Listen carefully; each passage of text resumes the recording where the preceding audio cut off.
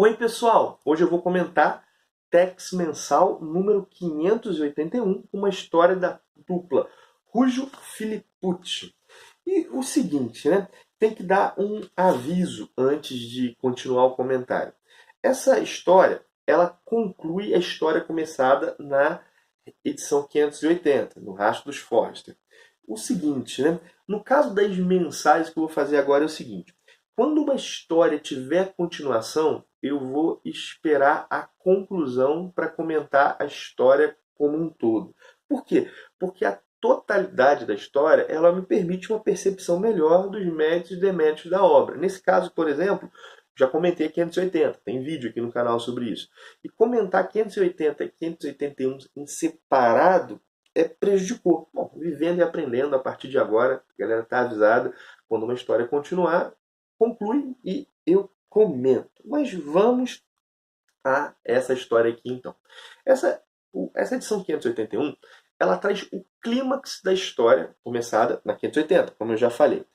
Tex se une aos Forster, que o bando de irmãos que ele estava caçando para proteger o povoado onde eles moram do bando paramilitar do mexicano El General. Esse El General ele deseja vingança contra os Forster porque o irmão mais velho, o Forster mais velho, matou o irmão dele. Então, aí motivo, o Tex tem que interromper a captura deles para se unir a eles e proteger os inocentes de um massacre que vai vir. E, cara, há uma desproporção na luta que vai acontecer. No final, são mais ou menos uns 12 no povoado. Há mais moradores, mas esses 12 são os que vão enfrentar a organização do El General, que tem 50 homens armados, treinados, com um plano. E a resistência inicial do povoado feita ao El General, do Tex, dos Forrester e de outros moradores, ela afasta esse bando de 50. E esse bando vai voltar mais tarde. A partir daí, nós vamos ter duas frentes na história, né? Uma focada no Kit Wheeler, que é o filho do Tex, e outra focada no Tex.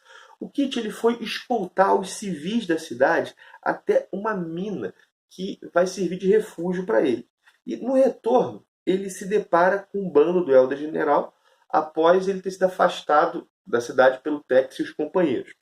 E ele descobre que esse bando tem uma metralhadora. Inclusive, essa metralhadora ela aparece logo na capa.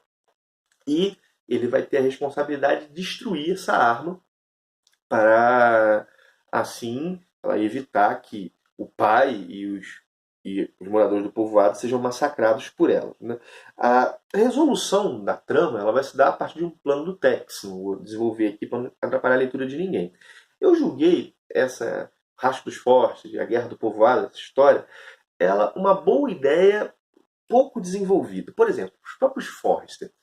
Cara, eles podiam e deveriam ser mais trabalhados. Os irmãos, a irmã e a mãe são personagens com muito potencial que não foram tão bem trabalhados. As próprias, e aqui vou dar um spoiler, né, se você parar de ver agora para não atrapalhar, as próprias mortes deles são banais. Cara, e havia potencial. Além disso, a própria resistência do povoado ganharia mais se fosse mais detalhada, né? Podia mostrar o heroísmo dos civis do povoado, dos moradores destreinados, frente a uma organização paramilitar poderosa, um negócio meio à la Guerra de Canudos, sabe? E isso não acontece. A resolução também é muito abrupta. Deixa eu mostrar um pouquinho os desenhos do Filippucci enquanto vou falando, né? Eu acho, e aí uma opinião, né, que a história ganharia mais, por exemplo, se ela tivesse mais uma edição, para essas coisas serem mais desenvolvidas. Essa é a primeira história que eu leio do Rujo, do Pasquale Rujo. Né? E o seguinte, né? O que eu percebi dele é que ele me parece ser alguém mais capaz de criar situações interessantes, mas pelo menos aqui ele não conseguiu dar um desenvolvimento interessante para a situação que ele criou. Uma coisa que não tem a ver com a história, que eu acho que vale a pena comentar, é que, cara, a revista mensal do Tex tem sessão de cartas. E, poxa, eu achei isso muito legal. Porque a sessão de cartas é uma coisa que eu gosto muito nas revistas, e as revistas hoje não tem, né? O pessoal se comunica pela internet, com os editores, algo do tipo. Cara, e sempre foi uma das minhas coisas favoritas na revista. É a primeira coisa que eu leio numa revista.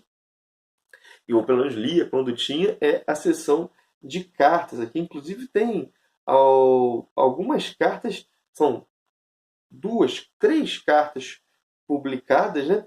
E tem uma aqui, um depoimento muito legal de alguém que fala de como é que o TEX, a leitura de TEX, ajudou a se recuperar de uma doença. Cara, eu gostei muito desse negócio da sessão de cartas. Mas tá aí meu comentário dessa edição 581. Vou continuar comentando as mensagens.